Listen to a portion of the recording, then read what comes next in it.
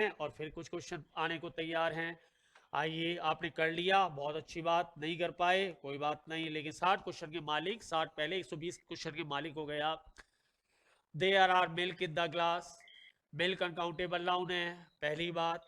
वाक्य पॉजिटिव है, दूसरी बात, इसलिए सम आएगा। There are some milk in the glass. Few countable के लिए आता है, नहीं आएगा। फ्यूअर काउंटेबल के लिए आता है, नहीं आएगा। एनी निगेटिव वाक्य में आता है, नहीं आएगा। तीनों ऑप्शन को विदा कर दिया, नमस्कार। तो there are some milk in the glass, A is the right answer. Second पर आइए। The world knows facts of terrorism. The world, अच्छी नॉलेज पहली बार आ रही है। यदि द से आपका वाक्य शुरू होता है तो उसके बाद होल आएगा, और आपका वाक्य ऑल से शुरू होता है तो उसके बाद द आएगा। ये नई नॉलेज को एग्जाम में लिख लेना, कॉपी में लिख लेना। द होल वर्ड भी ठीक है और ऑल द वर्ड भी ठीक है, अर्थ में कोई फर्क नहीं है, सिर्फ लिखने के सिनेरियो पे फर्क है। फिर याद करिए, द के बाद होल आएगा तो ऑल के बाद द आएगा। बोले सर इसको ऑल द वर्ड भी लिखा जा सकता था क्या? बिल्कुल लिखा जा सकता था। क्या द होल वर्ड भी लिखा जा सकता है क्या? बिल्कुल लिखा जा सकता है। तो होल और ऑल में क्या फर्क है? सिर्फ द लिखने का। यदि होल आएगा तो द के इधर आएगा, और ऑल आएगा तो द के इधर आएगा। हो सकता है ये क्वेश्चन आपको आर्टिकल में पूछ ले, होल दे दे और पूछ ले साहब द क्या लिखेंगे इसके आगे, तो अपन द लिखेंगे। ऑल देकर फिर आर्टिकल पूछ सकता है, तो बोले ए आएगा, एन आएगा, द आएगा, जीरो आएगा। ऑल द वर्ड भी ठीक है और द होल वर्ड भी ठीक है। Some boys were playing cricket and the were playing hockey. आइए, वर प्लेइंग है, बहुवचन आएगा। बहुवचन से पहले क्या आता है? अदर आता है। अदर के बाद जो है आपका बहुवचन आएगा, ये अदर को शो कर रहा है तो बहुवचन आ गया। और यदि सिंगुलर होता, वहां पर वाज होता, तो अनोदर आता। अदर के बाद बहुवचन, अदर किसको शो करता है? बहुवचन को। अनोदर किसको शो करता है? सिंगुलर को। एनी अदर की कहानी क्या है? अभी आ रही है, फोर्थ में आइए। The principal did not give him chance to appear at the exam. Principal ने उसे कोई चांस नहीं दिया था एग्जाम में अपीयर होने का। बोली सर क्या करें? सबसे पहले वाक्य को देखो, वाक्य कैसा है? निगेटिव है। वाक्य को देखिए, वाक्य कैसा है? निगेटिव है। निगेटिव वाक्य में, पर वाक्य निगेटिव है ना, फिर अदर को नहीं देखना, अनदर को नहीं देखना, किसको देखना है? एनी अदर को। वाक्य निगेटिव होते फिर नाउन का जो खेल है वो खत्म। यदि आपका वाक्य निगेटिव है तो क्या आएगा? एनी अदर आएगा। यदि आपका वाक्य पॉजिटिव है और वो सिंगुलर को शो कर रहा है तो अनोदर, वो बहुवचन को शो कर रहा है तो other. I don't want to buy, फिर वाक्य निगेटिव है, वाक्य निगेटिव आ गया। निगेटिव आ गया तो हमारा एनी अदर आएगा। प्रैक्टिस से आप शार्प बनोगे। सिलेबस करके 1000 बार सिलेबस पढ़ लेना, कोई मतलब नहीं है, लेकिन 100 क्वेश्चंस कर लेना। देखो आज आप 120 क्वेश्चन को क्रॉस कर गए। 120 क्वेश्चन करते आपका लेवल देखो। जयपुर में आज की डेट में, आज की डेट में आप किसी से भी भिड़ लेना, आप लोगों से ऊपर हो। लेकिन लोगों से ऊपर होना हमारा टारगेट नहीं है, हमारा टारगेट है खुद से कॉम्पीट करना। लोगों से हमारा कोई मतलब नहीं है, लोग कहाँ हैं इससे हमारा कोई लेना देना नहीं है, हम कहाँ पर हैं। यदि हम एक नंबर भी एग्जाम में कम ले रहे हैं तो कंपटीशन खुद का खुद से करना है, किसी से नहीं करना। Did you see girl there, वाक्य कैसा है? प्रश्नवाचक। क्या वाक्य में रिक्वेस्ट है? क्या नहीं है, तो सबकी कहानी तो खत्म।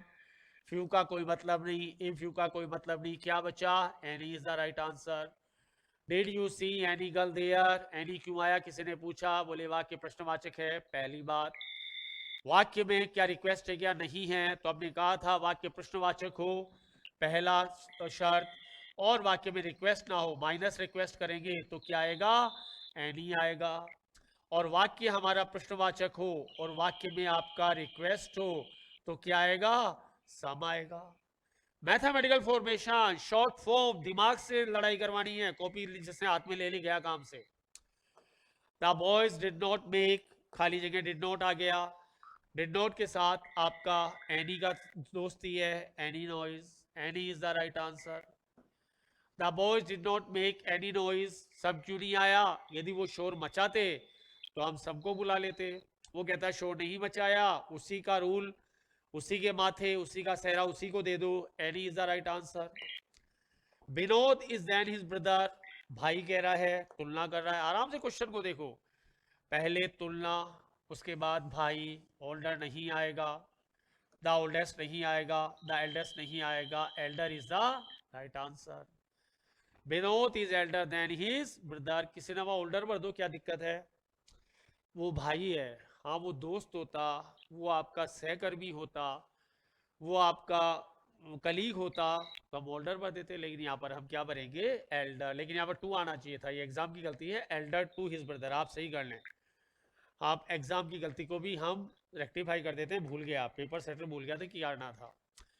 This is the mosque in the town, mosque कहते हैं मस्जिद को। इमारत के लिए, इमारत के लिए, वस्तुओं के लिए, या तो ओल्डर आता है या ओल्डेस्ट आता है। तो क्या वाक्य में तुलना हो रही है क्या? नहीं हो रही। तुलना हो रही है क्या? नहीं हो रही। एल्डेस्ट नहीं आएगा, ओल्डेस्ट आएगा, दे लगा रखा है, the oldest is the right answer. Oldest क्यों आया? क्योंकि सुपरलेटिव डिग्री बुलानी है। क्या वाक्य में सबसे, बोले ये इस शहर में, इस कस्बे में सबसे पुरानी मस्जिद है, तो क्या आया? द ओल्डेस्ट आया।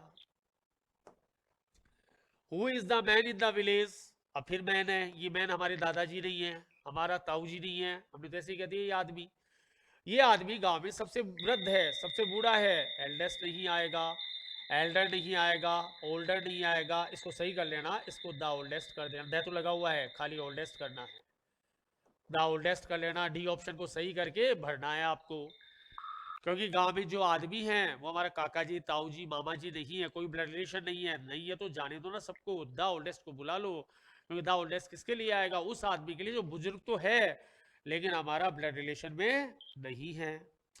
एग्जाम्स को ऐसा चैलेंज दो कि एग्जाम याद रखिए किससे पाला पड़ा था, ऐसे नहीं। हाँ साहब, साहब नहीं, रुतबे से जाओ, टशन से जाओ एग्जाम के पास, दादागिरी से ऐसे लगे कॉलर को ऊपर करके कि यार भिड़े थे किसी से। इस टाइम हर घर में होती है अशांति, अशांति या कलह कहते हैं इस टाइप को। आंसर अपोजिट में लाना है, peace is the right answer. इस टाइप का अपोजिट क्या आ गया? पीस आ गया। आपने कई बार एक कहावत यूज की है, जड़ में रह के मगरमच्छ से बैर, पर इसका अंग्रेजी वर्जन कभी किसी ने नहीं सोचा। इसका अंग्रेजी वर्जन लाइए, live in Rome, live in Rome and strive with pope. Strive यानी उसे कहा सुनी करना, स्ट्राइव विथ पॉप, पॉप यानी वहां का पादरी, वहां का वो head, pop is not possible. आज के बाद अंग्रेजी में बोलेंगे आप कि जल में रहकर मगरमच्छ से बैर, live in Rome and strive with pope is not possible. जल में रहकर, क्योंकि रोम में रहोगे तो वहां के पॉप से ही माथा फोड़ी करोगे, तो रह थोड़ी सकते हैं वहां पर, नहीं रह सकते। जल में रहकर, वही मेरी अभी वाली बात कि साहब आरजेएस बन गए लेकिन हाईकोर्ट जजेस से माथा फोड़ी करोगे, कितने दिन रह पाओगे नौकरी में? बीआरएस लेके बैठा देंगे घर पर। एनबीटी, हेलो, हाँ कार्तिक, वापस लिखूं? लिखो बड़े आराम से, लीव इन रोम, रोम जगह का नाम, and strive with pop, strive कहा सुनी करना, strive with pope is not possible, is not possible. अब एसएचओ किसी की, एसपी करप्ट है, एसएचओ जैसे फिल्मों में दिखाते हैं सिंघम कोई नहीं होता है, जैसे फिल्मों में दिखाते हैं कि मैं सुधार दूंगा, अरे यार एसपी से माथा मुड़ी करके कहाँ जाएगा, ट्रांसफर हो जाएगा तेरा। तो आप किसी को भी डायलॉग कर सकते हो, live in Rome and strive with pope is not possible. जल में रहकर मगरमच्छ से बैर संभव नहीं है। मतलब हमारा जो अंग्रेजी सीखने का काम है वो गड्ढे के जूस निकालने के जैसा है, तब तक उसको जो है निकालना है, तब तक वो जवाब नहीं दे जाए। तो जब तक हमको यहाँ से नॉलेज को गेन करना है तब तक वो कह दे कि अब नहीं, भैया नॉलेज दे चुके हैं। तो एनबीटी आई है आपकी दुश्मनी, एनबीटी क्या आई है आपकी? दुश्मनी। आपको ढूंढना है दोस्ती का वर्ड, दोस्ती का वर्ड है एमिकेबिलिटी, मित्रता। अगले किसी आपके सेट में इसका आंसर बदल देगा। तो एनबीटी का जो अपोजिट वर्ड है वो क्या आया? एमिकेबिलिटी। राइवलरी इसका सिमिलर वर्ड है, नहीं चाहिए आज, आज इसका अपोजिट ढूंढने पर आए हैं, एमिकेबिलिटी। एनिमोसिटी भी इसका सिमिलर वर्ड है, दुश्मनी, ये देखो दुश्मनी, ये भी दुश्मनी, ये भी दुश्मनी। और प्रॉक्सिमिटी का मतलब होता है निकटता, जिसका इससे अभी कोई लेना देना नहीं है। निकटता यानी समीपता। फिर वर्ड आया वैनिटी, एक दिन आपने इसका कर चुके, एक पेपर में आ चुका है। वैनिटी का मतलब घमंड, वैनिटी का मतलब घमंड। आपको इसका अपोजिट ढूंढना है कि एक आदमी जिसमें घमंड ना हो। Modesty is the right answer, बिल्कुल सीधा साधा इंसान, कोई उसमें घमंड नहीं है, सीधा साधा इंसान, डाउन टू अर्थ है। कितना भी बड़ा आदमी है, मर्सिडीज लेकर आया आपके घर पे, मेरे घर पे, लेकिन जमीन पे बैठकर एक कांदा उठाया, छाछ उठाई और रात की 2 रोटी उठाई, कैसा इंसान है? मॉडेस्ट है यार, डाउन टू अर्थ है, कोई वैनिटी नहीं है। नहीं साहब हम तो चेयर पे बैठ के खाना खाएंगे, अरे हम तो मिट्टी पे बैठ के खाना खाएंगे, मॉडेस्टी। तो इसका फॉर्मूला लिख लीजिए। घमंड किसको है? ये घमंड है परमवीर चौधरी को। घमंड, घमंड में डूबा हुआ है। P for pride, B for vanity, काफी एग्जाम में पूछा है बार बार, और C फॉर कंसेट। घमंड को बोलेंगे अभिमान को बोलेंगे। और आप बोले सर इसका फ्रेज बताओ, तो किसका सूजा हुआ मुंह रहता है ना, घमंडी लोगों का देखा करो, मुंह सूजा हुआ रहता है हमेशा, पता चल जाता है ये आदमी घमंडी है। स्वेलन हेडेड, स्वेलन हेडेड का मतलब घमंडी, एकदम जिसे कहते हैं घमंड में चूर, स्वेलन हेडेड। प्राइड, वैनिटी और कंसिट इसके वर्ड हो गए, स्वेलन हेडेड इसकी फ्रेज हो गई, अपोजिट इसका मॉडेस्टी हो गया। बड़े आराम से पेपर को एंजॉय करना है आपको, मैं फिर कहता हूं। स्टिंगी, स्टिंगी हो गया आपका कंजूस, स्टिंगी हो गया आपका कंजूस।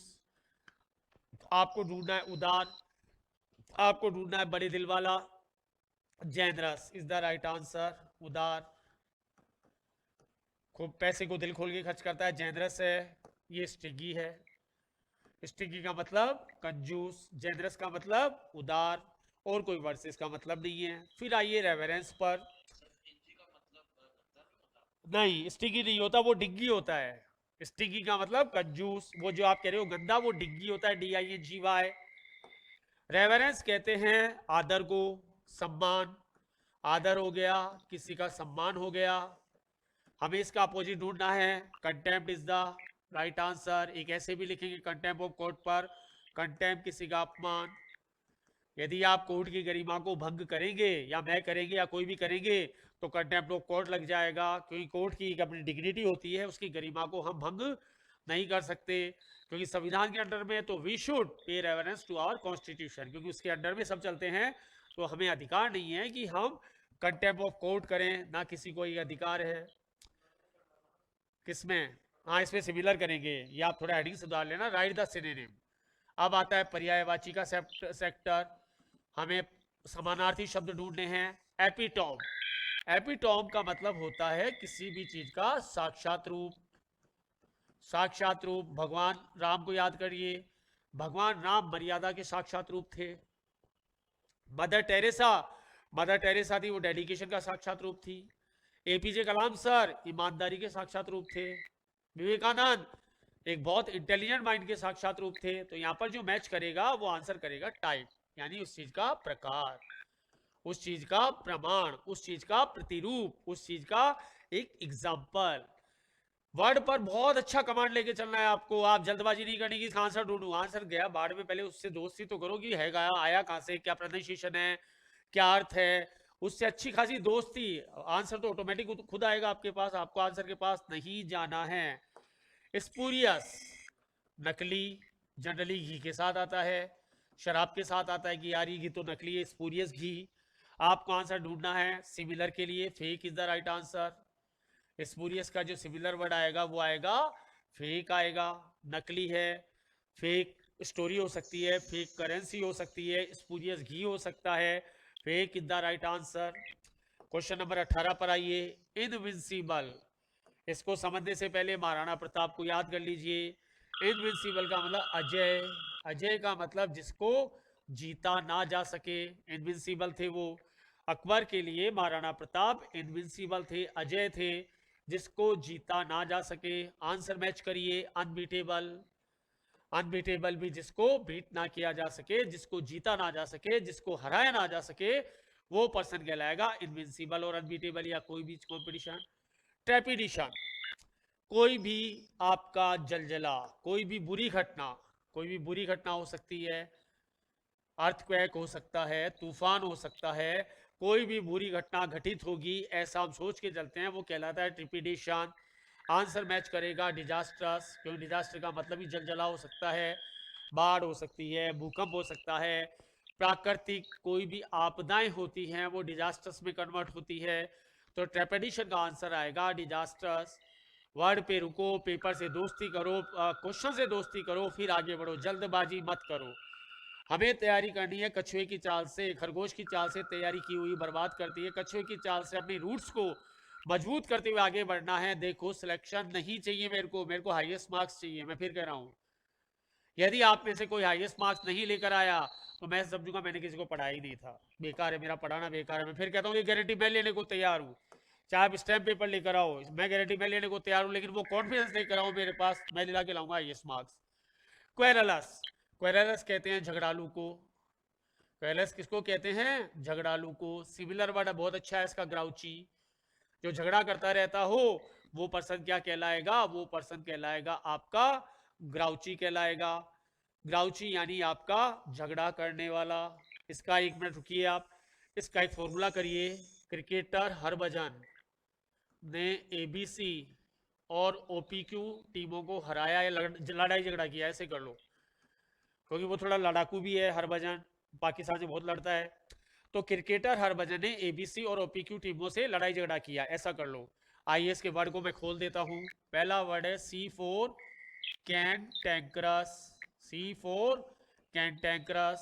A4 होस्टाइल, होस्टाइल का मतलब शत्रु भी होता है, लड़ाई झगड़ा करना भी होता है, पक्षद्रोही भी होता है।